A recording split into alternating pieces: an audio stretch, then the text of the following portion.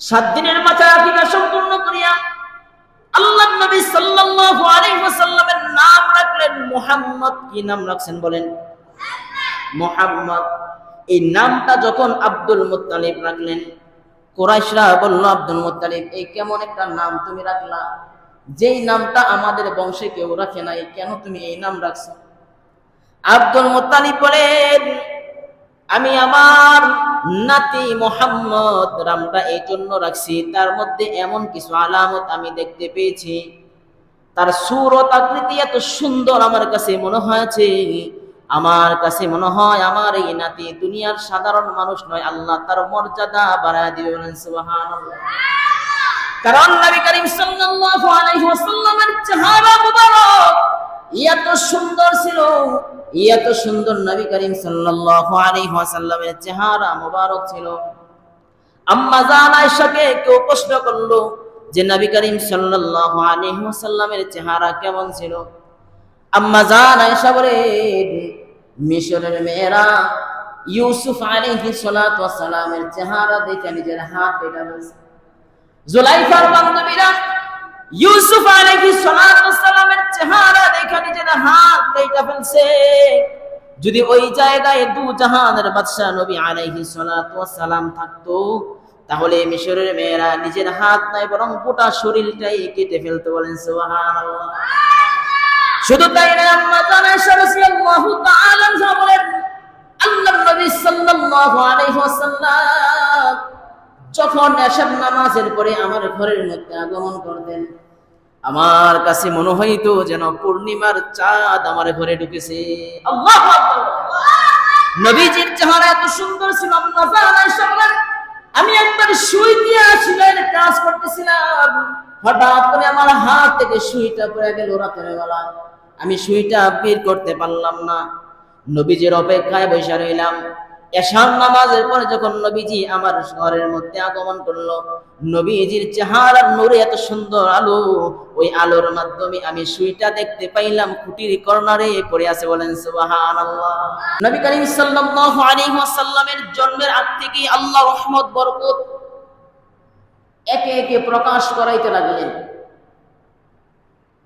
এমন এমন রহমত বরকত প্রকাশ করাইতে লাগলেন, নবী করিম সাল্লাল্লাহু আলাইহি ওয়াসাল্লামের মা আমেনা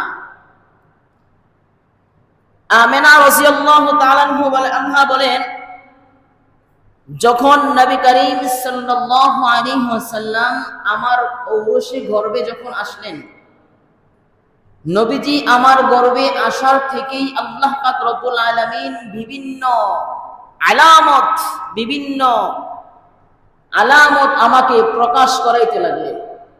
আমি বুঝতে পারলাম, আমি অনুধাবন করতে পারলাম যে আমার পেটের মধ্যে, আমার ঔরসে, আমার গর্ভের মধ্যে যে সন্তান আল্লাহ দিয়েছেন, এ দুনিয়ার কোনো সাধারণ মানুষ নয়, এই হবে সবচাইতে উত্তম মানুষ। বলেন সুবহানাল্লাহ।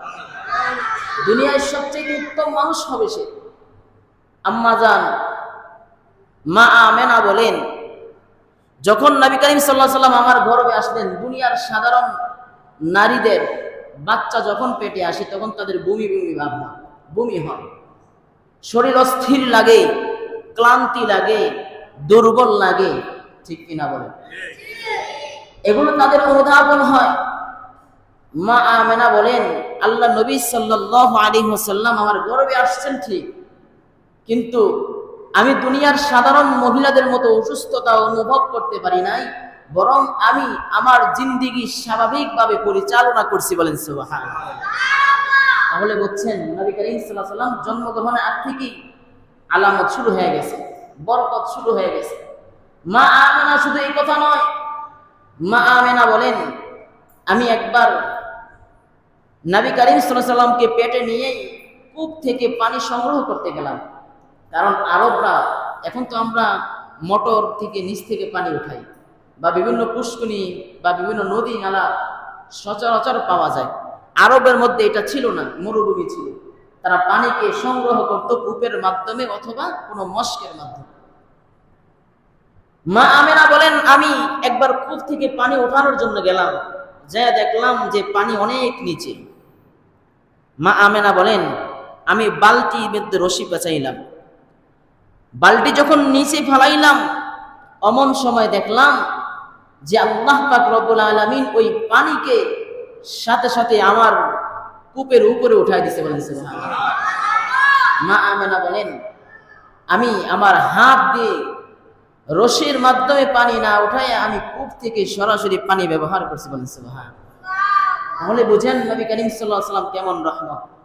শুধু তাই নয়, নবী করিম সাল্লাল্লাহু আলাইহি ওয়াসাল্লাম যখন জন্মগ্রহণ করলেন, মা আমেনা বলেন নবীজির জন্মগ্রহণের সময় কোনো নাপাকি বের হয় নাই, কোনো রক্ত বের হয় নাই, নবীজির চোখে শরীরের মধ্যে কোনো রক্ত লাগে নাই, বরং রক্তবিহীন সুন্দরভাবে নবী করিম সাল্লাল্লাহু আলাইহি ওয়াসাল্লাম ভূমিষ্ঠ হয়েছে বলেন সুবহানাল্লাহ। আমার নবী যে রহমত, এর উজ্জ্বল দৃষ্টান্ত হলো এটা যে নবীজি তার মাকেও কষ্ট দেয় নাই, নবীজি তার মাকেও কষ্ট দেয় নাই। নবীতে এমন রহমতওয়ালা নবী, নবীর দ্বারা কখনো কেউ কোনো সময় কষ্ট পায় নাই, উল্টো নবী পেয়েছে কিন্তু নবী কারোকে কষ্ট দেয় নাই। এমন একজন রহমতওয়ালা বরকতওয়ালা নবী আমরা পেয়েছি। মুহতারাম হাজিরিন, বুঝাইতে চাইলাম যে আমার আপনার নবী হলো দুনিয়াবাসীর জন্য রহমত। দুনিয়াবাসীর জন্য কি? হ্যাঁ, রহমত। আল্লাহ পাক রব্বুল আলামিন কালামের আয়াত নাযিল করে জানায় দেয়, ওয়ামা আরসালনাকা ইল্লা রাহমাতাল লিল আলামিন। আল্লাহ পাক রব্বুল আলামিন কোরআনের আয়াতের মধ্যে বলেন, আমি আমার হাবিব, আমি আমার বন্ধু, আমি আমার প্রিয় নবী, আমি আমার নবীকে দুনিয়াবাসীর জন্য রহমত কইরা আমি আল্লাহ দুনিয়ার মধ্যে পাঠাইলাম। নবীজির রহমত মাতৃগর্ভ থেকে শুরু হয়ে গেছে। আল্লাহ নবী সাল্লাল্লাহু আলাইহি ওয়াসাল্লাম যতদিন দুনিয়ায় বেঁচে ছিলেন, যতদিন দুনিয়ার জমিনে জীবিত ছিলেন, আল্লাহ পাক রব্বুল আলামিন ততদিন দুনিয়াবাসীর জন্য রহমত বানাইছে বলেন সুবহানাল্লাহ। শুধু বান্দা তাই নয়, নবীর উসিলায় যে বান্দা নবীজির জিন্দেগি অন্তরের মধ্যে ধারণ করবে, জীবনের মধ্যে ধারণ করবে, আল্লাহ পাক রব্বুল আলামিন বলে তার প্রত্যেকটা জিন্দেগি, প্রত্যেকটা কাজ, প্রত্যেকটা কর্ম আমি আল্লাহ রহমত দিয়া ভরপুর করব বলেন সুবহানাল্লাহ। নবীজির উসিলায় আল্লাহ রহমত দান করবে, রহমত। আম্মা জান মা আমেনা রাদিয়াল্লাহু তাআলা আনহা বলেন, আল্লাহর নবী সাল্লাল্লাহু আলাইহি ওয়াসাল্লাম সুবহে সাদিকের সময় জন্মগ্রহণ করেছেন। সুবহে সাদিকের সময় আল্লাহর নবী সাল্লাল্লাহু আলাইহি ওয়াসাল্লাম দুনিয়ার জমিনে জন্মগ্রহণ করেছেন। তখন আমি দেখতে পাইলাম, তখনকার জমানায় সিরিয়ার মধ্যে রাজত্ব ছিল। সিরিয়ার মধ্যে 14টা রাজপ্রাসাদ ছিল। ওই 14টা রাজপ্রাসাদের গম্বুজগুলি আমি দেখতে পেলাম সাথে সাথে ভূমিকম্প দ্বারা আল্লাহ চূর্ণ বিচূর্ণ করে দিয়েছে বলেন সুবহানাল্লাহ। মা আমেনা বলেন, এতে আমার প্রতি অনুমান হয়, এতে আমি বুঝতে পারি যে নবী করিম সাল্লাল্লাহু আলাইহি ওয়াসাল্লামের রাজত্ব ওই সুদূর পারস্য, ওই সুদূর সিরিয়া পর্যন্ত বিস্তার লাভ করবে বলেন সুবহানাল্লাহ। আল্লাহ নবী সাল্লাল্লাহু আলাইহি ওয়াসাল্লামের কাছে একজন লোক এসে বললেন, ওগো আল্লাহর নবী, আমি তো কিয়ামতকে বিশ্বাস করি না, আর আপনি যে বলছেন যে পারস্য পর্যন্ত আপনার শাসন আমল যাবে, এটাও বিশ্বাস করি না। আল্লাহ নবী সাল্লাল্লাহু আলাইহি ওয়াসাল্লাম ওই লোকটার হাত ধরে বললেন, কিয়ামতের ময়দানে আমি তোমার হাত ধরে বলবো যে আজকে কিয়ামতের দিন। ওমর রাদিয়াল্লাহু তাআলা আনহু সেখানে উপস্থিত ছিলেন। হযরত ওমর রাদিয়াল্লাহু তাআলা আনহু অপেক্ষায় রইলেন। আল্লাহর নবী সাল্লাল্লাহু আলাইহি ওয়াসাল্লাম দুনিয়া ছেড়ে চলে গেলেন। ওমর রাদিয়াল্লাহু তাআলা আনহু যখন খেলাফতের মসনদে বসলেন, ওই বুড়া লোকটা এসে ওমরকে বলে, ওমর আমারে কালিমা পড়ে মুসলমান বানায় দাও। ওমর বলল, কি ব্যাপার, কেন তোমারে কালিমা পড়ে মুসলমান বানাবো? কারণ তুমি তো নবী করিম সাল্লাল্লাহু আলাইহি ওয়াসাল্লামের সময় কালিমা পড়তে পারতা, কিন্তু পড়ো নাই। ওই লোকটা বলল, ওমর, আল্লাহর নবী সাল্লাল্লাহু আলাইহি ওয়াসাল্লাম আমাকে বলে গেছেন যে কিয়ামত সত্য, কিয়ামতের দিন সত্য, তুমি বিশ্বাস করো, কিন্তু আমি বিশ্বাস করি নাই। আল্লাহ নবী আরেকটা কথা বলে গেছেন যে সিরিয়া পর্যন্ত, পারস্য পর্যন্ত ইসলামের ঝান্ডা উত্তোলন হবে। আমি তখন বললাম যে দুর্বল মুসলমান কেউ মুসলমান হয় না, সংখ্যা গরিষ্ঠ মুসলমান। মাত্র মুষ্টি কয়েকজন মুসলমান নিয়ে নবী করিম সাল্লাল্লাহু আলাইহি ওয়াসাল্লাম তৎকালীন জমানার সুপার পাওয়ার পারস্য বিজয় করবে, এটা কিভাবে সম্ভব? আল্লাহ নবী বলছেন তুমি জীবিত থাকা অবস্থায় সেটা দেখতে পাইবা। ঠিকই আমি দেখতে পাইলাম যে পারস্য পর্যন্ত মুসলমানরা বিজয় লাভ করছে। এতে বোঝা যায় যে নবী করিম সাল্লাল্লাহু আলাইহি ওয়াসাল্লামের এই কথাটা সত্য। ওই লোকটা ডাকতে বলল, ওমর, যে আল্লাহর নবী সাল্লাল্লাহু আলাইহি ওয়াসাল্লাম বলে গেছে পারস্য পর্যন্ত বিজয় হবে, যেই নবীজি যে জবান দিয়ে বলছে পারস্য পর্যন্ত বিজয় হবে সেটাই বিজয় হয়েছে। এতই প্রতীয়মান হয় কিয়ামতের দিন সত্য। অতএব তুমি আমার এই কালিমা পড়ে মুসলমান বানায় দাও। সুবহানাল্লাহ বলে কালিমা পড়ে লোকটা মুসলমান হয়ে যান। হযরত ওমর ডাক দিয়া বলে, যেদিন নবী করিম সাল্লাল্লাহু আলাইহি ওয়াসাল্লাম বলছে আপনার হাত ধরে কিয়ামতের ময়দানে আপনাকে কিয়ামত দিন দেখায় দেব, ওদিন থেকে আমি অনুধাবন করতে পেরেছি যে আপনি মুসলমান হবেন। বলে কিভাবে মানে তুমি অনুধাবন করতে পেরেছো? ওমর রাদিয়াল্লাহু তাআলা আনহু বলেন, কিয়ামতের ময়দানে আল্লাহ পাক রব্বুল আলামিন শুধু নবীরা, শুধুমাত্র নবী করিম সাল্লাল্লাহু আলাইহি ওয়াসাল্লাম মুসলমানের হাত ধরবে, কোনো কাফেরের হাত ধরবে না। বলেন সুবহানাল্লাহ। মানে নবী করিম সাল্লাল্লাহু আলাইহি ওয়াসাল্লাম কিয়ামতের ময়দানে শুধুমাত্র মুসলমানের হাত ধরবে, কোনো কাফেরের হাত ধরবে না। এতেই বোঝা যায় নবী করিম সাল্লাল্লাহু আলাইহি ওয়াসাল্লাম ভবিষ্যৎবাণী কি সত্য। হযরত ওমর বলেন, সেদিন থেকে আমি অনুধাবন করতে পেরেছি তুমি কালিমা পড়ে মৃত্যুর আগে মুসলমান হইবা, কারণ নবীর ওয়াদা, নবী তোরে মারে হাত ধইরা কিয়ামতের দিন দেখায় দেবে। সুবহানাল্লাহ, কি চমৎকার উদাহরণ! নবী করিম সাল্লাল্লাহু আলাইহি ওয়াসাল্লাম যা বলছেন, যখন যা বলছেন সবই সত্য। এমন সত্য নবী আমরা পেয়েছি, এমন সত্য নবী আমরা পেয়েছি যেই নবীজির জিন্দেগীর মধ্যে তাকাইলে দেখা যায় কখনো মিথ্যার কথা বলে না, কখনো মিথ্যা বলে না। আমরা তো সেই নবীর উত্তরসূরি, সেই নবীর উম্মত। বলেন না, আমরা সেই নবীর উম্মত হইয়া আমরা সেই নবীর আমানত কতটুকু রক্ষা করছি? চিন্তা করেন, কতটুকু রক্ষা করছি। আল্লাহ নবী সাল্লাল্লাহু আলাইহি ওয়াসাল্লাম আমাদের জন্য আমানত। আল্লাহ নবী আমাদের জন্য কেমন রহমত। নবী করিম সাল্লাল্লাহু আলাইহি ওয়াসাল্লাম যখন জন্মগ্রহণ করলেন, আবু লাহাবের একজন বাদী ছিলেন, নাম ছিল সুহাইবা। ওই বাদীটা খবরটা নবী করিম সাল্লাল্লাহু আলাইহি ওয়াসাল্লামের জন্মের খবরটা আবু লাহাবের কাছে যায় বলল, আবু লাহাব, তোমার ভাগিনা হয়েছে, ভাতিজা হয়েছে, তোমার ভাতিজা দুনিয়ার জমিনে পদার্পণ করেছে, আগমন করেছে।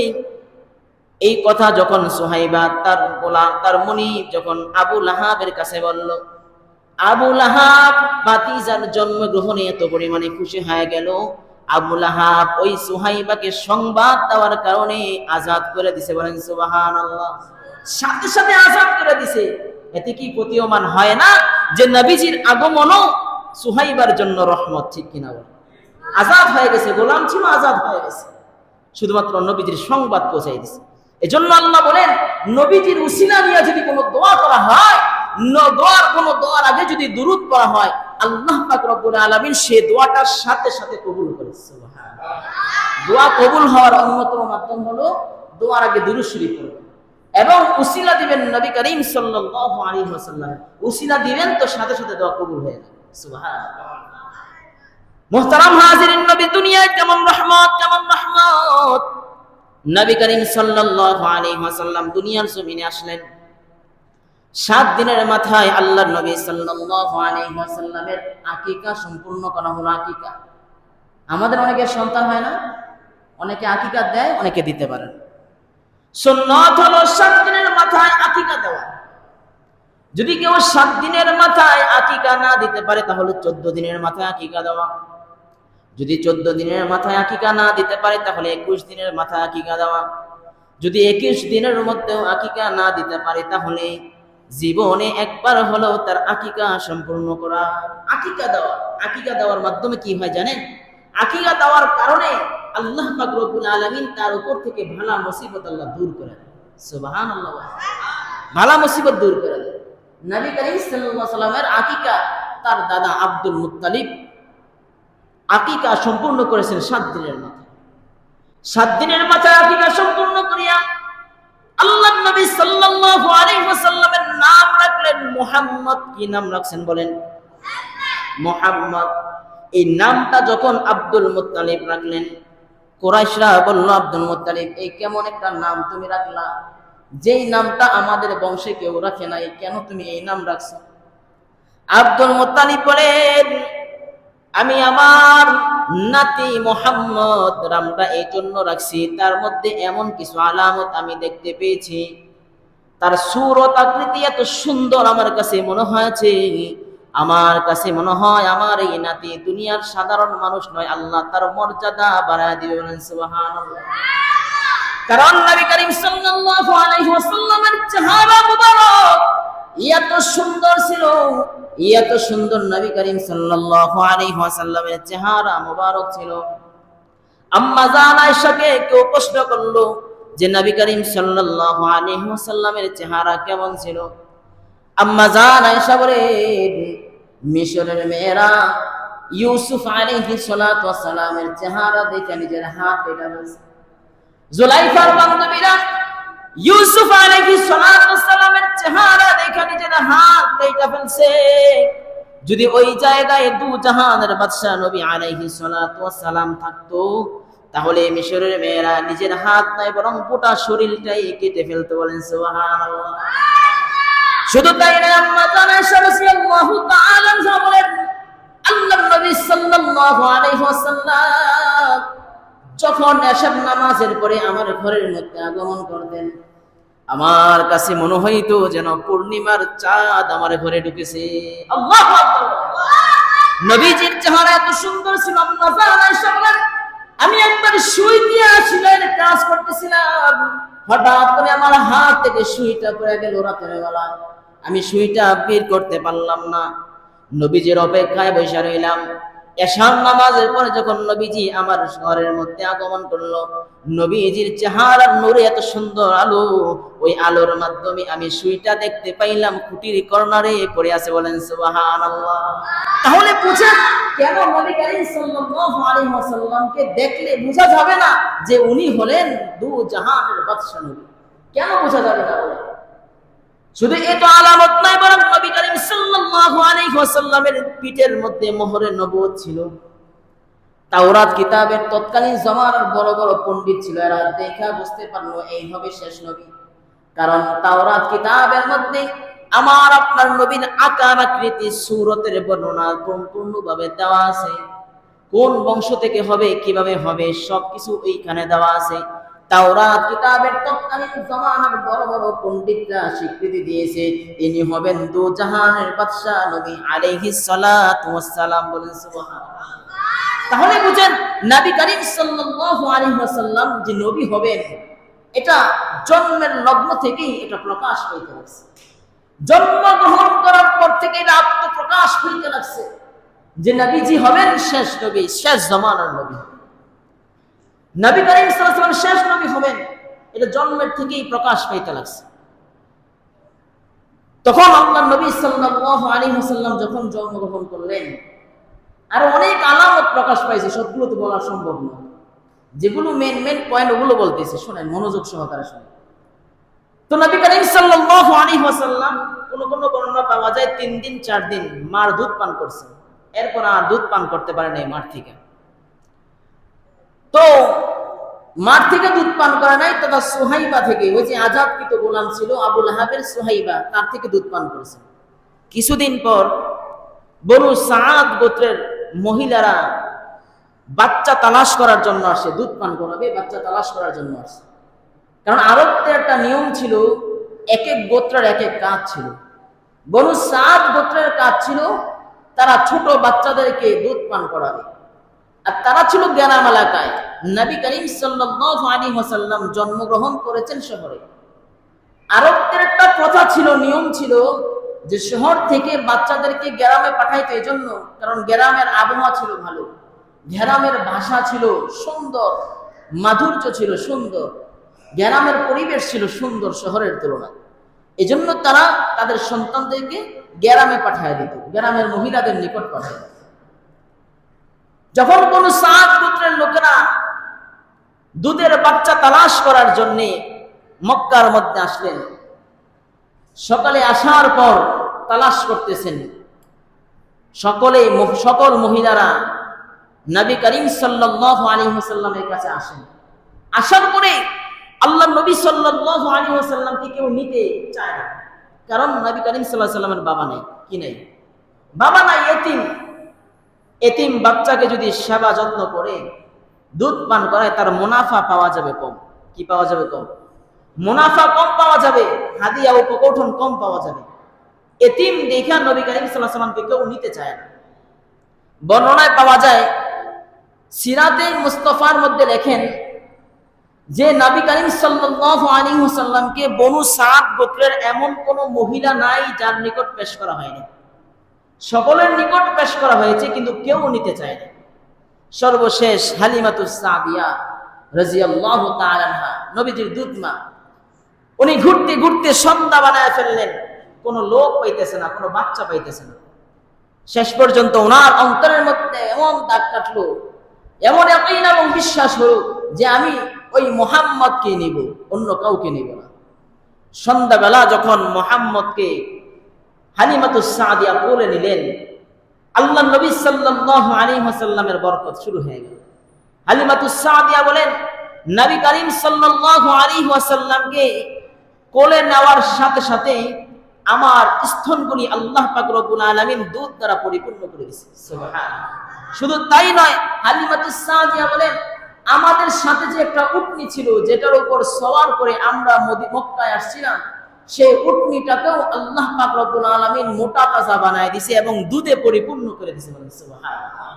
আমরা সেদিন দুধ দহন করে স্বামী আর স্ত্রী একসাথে পান করে এমন ঘুম দিয়েছি যে ওদিনের মতন ঘুম আমি আমার জিন্দেগীর মধ্যে কখনো দেইনি। বলেন সুবহানাল্লাহ। নবীজির রহমত বরকত শুরু হয়ে গেছে।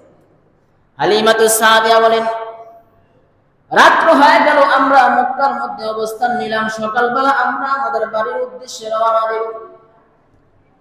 নবীজিকে যখন সওয়ারের মধ্যে উঠাইলেন, হালিমাতুস সাদিয়া বলেন, আমি নবীজিকে যখন সওয়ারের মধ্যে উঠাইলাম, আমার বাহনটা, আমার উটনিটা ছিল জীর্ণ শীর্ণ। নবীকে ওঠানোর সাথে সাথে তার শরীরে শক্তি এসে গেল। এমন শক্তি আল্লাহ পাক রব্বুল আলামিন ওই উটনির মধ্যে দিয়া দিলেন যে উটনিটা সকলের পিছনে পিছনে, বনু সাদ গোত্রের সাথে সকলের পিছনে পিছনে আসছিল। শরীরের দুর্বলতার কারণে হাঁটতে পারতো না। আল্লাহ পাক রব্বুল আলামিন নবীজির বরকতে এক রাতের মধ্যে এমন মোটা তাজা বানায় দিয়েছেন যে ওই উটনিটা সমস্ত বনু সাদ গোত্রের সমস্ত মহিলাদের আগে বাড়িতে পৌঁছে গেছে। বলেন সুবহানাল্লাহ। বনু সাদ গোত্রের লোকেরা বলল, হালিমা, এটা কি তোমার সেই উটনিটা, যে উটনিটা দিয়ে তুমি গতকাল আসছিলা? হ্যাঁ, এটাই সেই উটনি। বলে, এই উটনিটার এত পরিবর্তন কিভাবে হইল? বলে, এই পরিবর্তন হয়েছে এই বাচ্চাটার উসিলায়। কারণ এই বাচ্চাটাকে যখন আমি কোলে নিলাম, বাচ্চাটাকে কোলে নেওয়ার সাথে সাথে আমাকে আল্লাহ পাক রব্বুল আলামিন রহমত এবং বরকত দিয়ে ভরপুর করেছে। বলেন সুবহানাল্লাহ। হালিমাতুস সাদিয়া বলেন, 2 বছর নবী করিম সাল্লাল্লাহু আলাইহি ওয়াসাল্লাম আমার নিকট দুধ পান করলেন। ওই 2 বছরের মধ্যে আমি এত পরিমাণে রহমত আর বরকত দেখলাম। তৎকালীন জমানায় ওই জায়গার মধ্যে, ওই সাদ গোত্রের মধ্যে তৎকালীন জমানায় দুর্ভিক্ষ চলতেছিল। দুর্ভিক্ষর এমন অবস্থা হয়ে গেল যে মানুষ খাবার পায় না, খাবারের জন্য মানুষ দুর্বল হয়ে গেল। শুধু তাই নয়, পশু পাখিগুলো দুর্বল হয়ে যাইতে লাগলো। হালিমাতুস সাদিয়া বলেন, সন্ধ্যাবেলা যখন আমার বকরিগুলি, আমার পশুগুলি যখন আমার ঘরের মধ্যে আসে, আমি দেখতে পাই ওই পশুগুলির স্তনের মধ্যে দুধে পরিপূর্ণ। বলেন সুবহানাল্লাহ। আল্লাহর নবীর এই বরকত থেকে হালিমাতুস সাদিয়া 2 বছর দুধ পান করাইলেন। 2 বছর দুধ পান করাইয়া যখন হালিমাতুস সাদিয়া তার মার কাছে যখন নবীজিকে নিয়ে গেলেন, মা আমেনার নিকট যখন নিয়ে যান, হালিমাতুস সাদিয়ার মন চায় না যে নবীকে রেখে আসি, কারণ নবী যতক্ষণ থাকে ততক্ষণই হালিমার ঘরে বরকত আর বরকত। সুবহানাল্লাহ। যতক্ষণ সময় থাকে ততক্ষণ সময় বরকত আর রহমত। হালিমাতুস সাদিয়া মনে মনে ভাবলেন যে নবীকে যদি না দিতে পারি তাহলেই ভালো। তৎকালীন জামানায় মক্কার মধ্যে দুর্ভিক্ষ তথা মহামারী দেখা দিল। আম্মা জান আমেনা বললেন, ঠিক আছে, তুমি আমার সন্তানকে আরো কিছুদিন তোমার বাড়ির মধ্যে রাখো, মহামারী শেষ হলে আবার তুমি আমার সন্তানকে দেয়া যাও।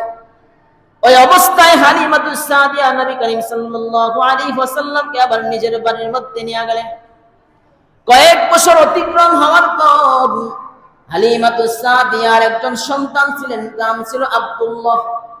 ওই আব্দুল্লাহর মুহাম্মদ দুই ভাই মিলা তার বকরিগুলি চড়ানোর জন্য মাঠের মধ্যে গেলেন।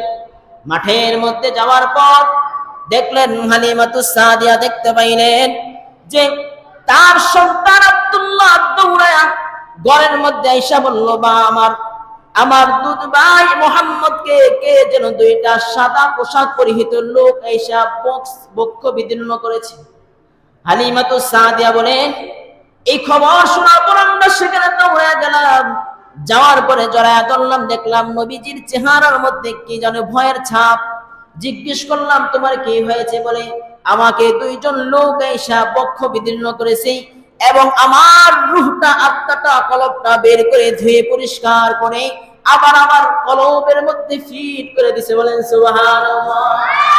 বর্ণনা পাওয়া যায় নবী করিম সাল্লাল্লাহু আলাইহি ওয়াসাল্লামের জীবনে 4 বার বক্ষ বিদীর্ণ হয়েছে। কয়বার? বলেন কয়বার?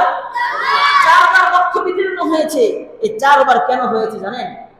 এই 4 বার হয়েছে হালিমাতুস সাদিয়ার বর্ণনায় পাওয়া যায় যে নবী করিম সাল্লাল্লাহু আলাইহি ওয়াসাল্লাম যখন তার ঘরে ছিলেন একবার বক্ষ বিদীর্ণ হয়েছে শিশুকালে। কি কালে? শিশুকালে বাচ্চাদের কিছু শিশুসুলভ আচরণ থাকে, আচরণ থাকে। শিশুসুলভ আচরণ যেন বাচ্চাকালে নবী করিম সাল্লাল্লাহু আলাইহি ওয়াসাল্লামের কাছে না থাকে, এজন্য তার কলবটা, আত্মাটাকে আল্লাহ ধুয়ে পরিপূর্ণ করে পরিষ্কার করে তার অন্তরের মধ্যে ফিট করে দিয়েছে। বলেন সুবহানাল্লাহ। এজন্য বক্ষ বিদীর্ণ করা হয়েছে প্রথমবার। দ্বিতীয় বর্ণনা পাওয়া যায়, দ্বিতীয়বার যখন আল্লাহ নবী সাল্লাল্লাহু আলাইহি ওয়াসাল্লামের বক্ষ বিদীর্ণ করেছেন, দ্বিতীয়বার আবু হুরায়রা থেকে হাদিস বর্ণনা তিনি বলেন, দ্বিতীয়বার আল্লাহ নবী সাল্লাল্লাহু আলাইহি ওয়াসাল্লামের বক্ষ বিদীর্ণ হয়েছে যখন নবীজির বয়স ছিল 10 বছর। কয় বছর? 10 বছর বয়স। তখন মানুষ একটু উল্টাপাল্টা করে। 10 বছর থেকে একটু উল্টাপাল্টা করার বয়স হয়, বুঝার বয়স হয়, ছেলে পেলে একটু অমনোযোগী হয়ে যায়। বলে এইজন্য নবী করিম সাল্লাল্লাহু আলাইহি ওয়াসাল্লামের বক্ষ বিদীর্ণ 10 বছর বয়স করেছেন, যাতে করে শৈশবে যে একটা উন্মাদনা আছে এগুলো থেকে যেন নবী করিম সাল্লাল্লাহু আলাইহি ওয়াসাল্লাম মুক্ত থাকতে পারে। সুবহানাল্লাহ। এরপরে 4 নাম্বার বক্ষ বিদীর্ণ করেছেন আম্মা জান আয়েশা রাদিয়াল্লাহু তাআলা আনহা থেকে হাদিস বর্ণিত। তিনি বলেন, নবী করিম সাল্লাল্লাহু আলাইহি ওয়াসাল্লামের 3 নাম্বার বক্ষ বিদীর্ণ করা হয় যখন নবী করিম সাল্লাল্লাহু আলাইহি ওয়াসাল্লামের উপর নবুয়তি দেয়। কি দেয়? নবুয়তি দেয়। নবুয়তি অনেক বড় একটা ভার, দায়িত্ব, অনেক বড় দায়িত্ব।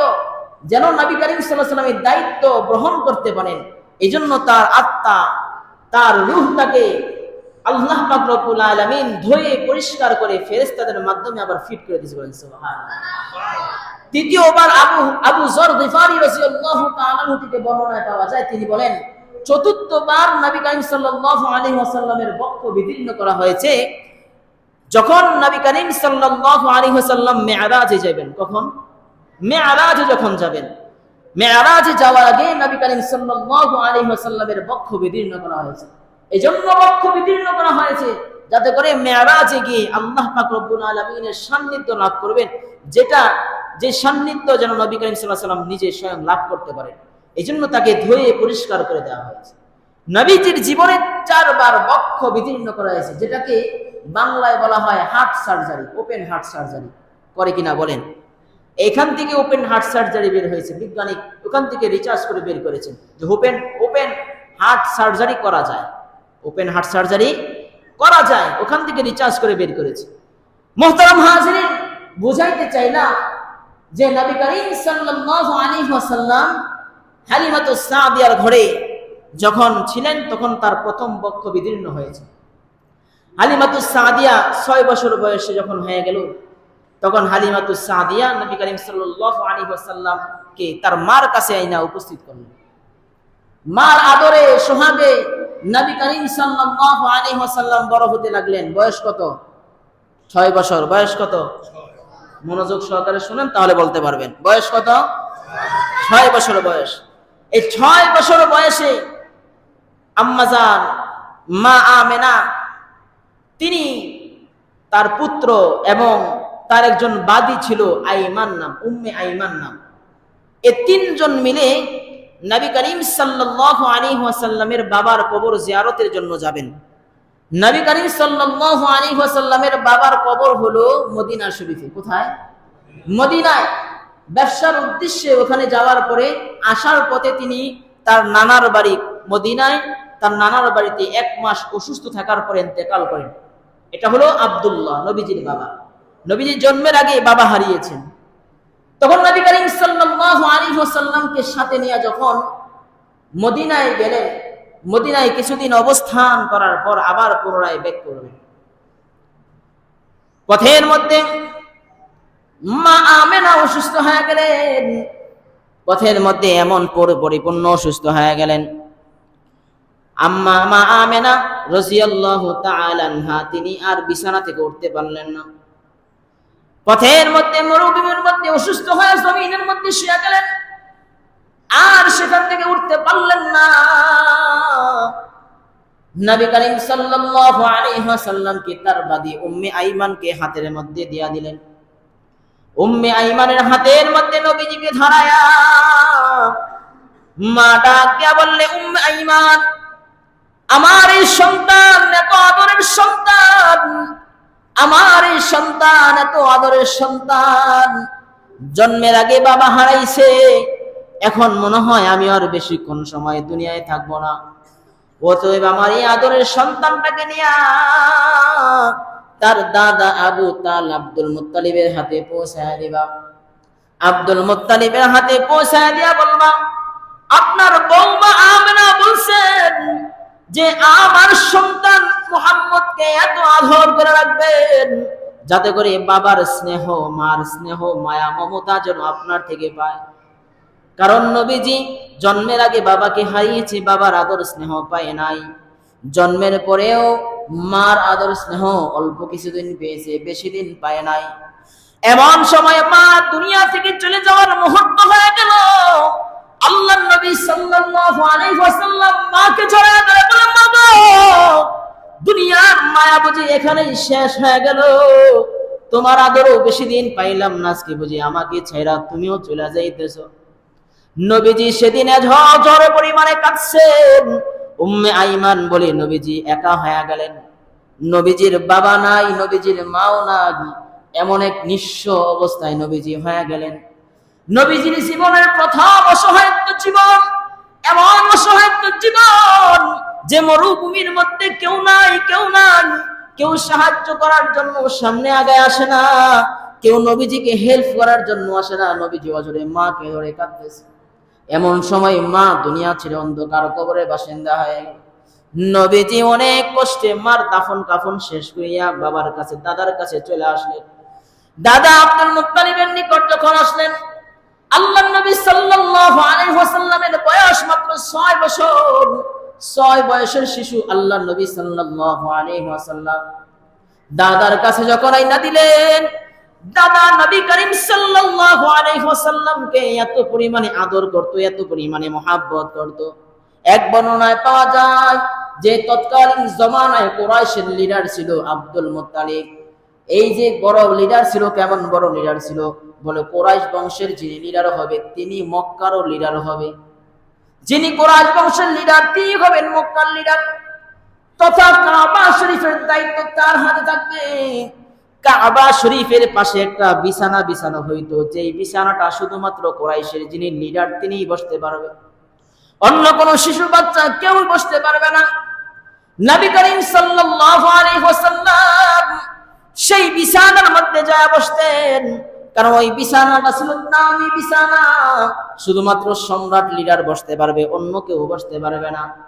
কেউ তাকে যখন ওই বিছানা থেকে নামায় দেয়, আব্দুল মুত্তালিব বলেন, না, একে এই বিছানার থেকে নামাইবা না, আব্দুল মুত্তালিব যতবার ওই বিছানার মধ্যে বসতেন ততবারই নবীজিকে পাশে বসাইতে বলেন সুবহানাল্লাহ। আব্দুল মুত্তালিব বলেন আমি এর নিকট এমন কিছু আলামত দেখতে পাই, এমন কিছু আলামত এর নিকট দেখতে পাই, এই হবে দুনিয়ার সবচেয়ে শ্রেষ্ঠ মানব, বলেন সুবহানাল্লাহ। কারণ আব্দুল মুত্তালিব ছিলেন জ্ঞানী মানুষ, লিডার মানুষ তো অনেক জ্ঞানী ছিলেন, অনেক জ্ঞানী ছিলেন। তিনি বুঝতে পারতেন, মানুষের হাল হাকিকত দেখে বুঝতে পারতেন। কারণ লিডার যারা হয়, প্রধান যারা হয়, এরা কিন্তু দায়িত্ব অনেক থাকে, ঠিক কিনা বলেন? এরা মানুষের সুবিধা অসুবিধা সব বুঝে, চেহারা দেখলে বুঝতে পারে যে এর মধ্যে কি আছে, ঠিক কিনা বলেন? হ্যাঁ। তো আব্দুল মুত্তালিব যখন দেখলেন যে নবী করিম সাল্লাল্লাহু আলাইহি ওয়াসাল্লাম অনেক সম্মানিত মানুষ হবেন, অনেক দামি মানুষ হবেন, অনেক দামি মানুষ হবেন, একবার আব্দুল মুত্তালিব তার উটকে হারায় ফেললেন। আব্দুল মুত্তালিব তার উটকে হারায় ফেললেন, লোক পাঠায় দিলেন, উট তালাশ করতেছে, সারাদিন লাগে, উট পায় না। সন্ধ্যা যখন ঘনে আসে তখন আব্দুল মুত্তালিব তার নাতিকে পাঠাইলেন, বলে আমার নিকট এমন একজন নাতি আছে, আমার নিকট এমন একজন নাতি আছে, ওই নাতি যে কাজের মধ্যে হাত দেয় ওই কাজটা সাকসেস হয়ে যায়, বলেন সুবহানাল্লাহ। ওই কাজটাই পরিপূর্ণ হয়ে যায়, আল্লাহর রহমতে ভরপুর করে দেন। আল্লাহর নবী সাল্লাল্লাহু আলাইহি ওয়াসাল্লামকে সন্ধ্যাবেলায় তার দাদা পাঠায় দিলেন, যাও সারাদিন আমার উট খুঁজে পায় নাই, তুমি উটটাকে বের করে দাও। আল্লাহর নবী যখন সন্ধ্যাবেলা যখন উট তালাশ করার জন্য যায়, সন্ধ্যা হয়ে যায়, রাত্র হয়ে যায়, অনেক সময় অতিবাহিত হয়ে যায়, নবীজি এখনো আসে না বাড়ি ফিরে। আব্দুল মুত্তালিব বড় পেরেশানির মধ্যে পড়ে গেলেন। এত পরিমাণে পেরেশানি আব্দুল মুত্তালিব পড়লেন, আব্দুল মুত্তালিব ওজনে কান্না শুরু করে দিলেন, অস্থির হয়ে গেলেন, বললেন উট হারায়া যতটুকু পেরেশানিতে পড়ি নাই, আমার নাতি হারায়া আমি এর থেকে বেশি পেরেশানিতে পড়ছি। এত বেশি পেরেশানির মধ্যে পড়ছি কারণ এত রাত্রির মধ্যে আমার নাতির মা নাই, বাবা নাই, কে আমার নাতিরে তালাশ করবে, কে আমার নাতির খোঁজ খবর রাখবে, কেউ তো নাই। আব্দুল মুত্তালিব বলেন আমি তোমার নাতির দায়িত্ব নিয়েছি। রাতের বেলা যখন নাতি উট নিয়ে যখন ফিরে আসে, নাতিকে জড়ায়া জড়া বলে, নাতিরে তুই কোথায় ছিলা? বলে উট তালাশ করার জন্য আমি গিয়েছিলাম, এজন্য আমার দেরি হয়েছে। আব্দুল মুত্তালিব বলেন আমি যতদিন দুনিয়ায় বেঁচে থাকবো ততদিন আমার চোখের আড়াল হতে তোমাকে দেব না, বলেন সুবহানাল্লাহ। কি মুহাব্বত ছিল নাতির প্রতি। হ্যাঁ, দাদাদের মুহাব্বত একটু বেশিই থাকে, ঠিক কিনা বলেন? যারা হয়েছে তারা বোঝে, যারা না হয়েছে তারা তো বুঝবেন না। যারা হয়েছে এরা বুঝে, সন্তান থেকেও বেশি মুহাব্বত করে নাতিকে, ঠিক কিনা বলেন? নিজের পেটের সন্তানরা এতটুকু মুহাব্বত করে না, নাতিকে যেমন মুহাব্বত করে, নাতনিকে যেমন মুহাব্বত করে। আল্লাহ পাক রব্বুল আলামিন মুহাব্বত ঢুকায়া দেয়, এটা আল্লাহ প্রদত্ত মুহাব্বত। এরপর থেকেই আব্দুল মুত্তালিব 2 বছর নবী করিম সাল্লাল্লাহু আলাইহি ওয়াসাল্লামের খেদমতে ছিলেন। যখন নবীজির 8 বছর বয়স হয় তখন আব্দুল মুত্তালিবও দুনিয়া ছেড়ে চলে যায়।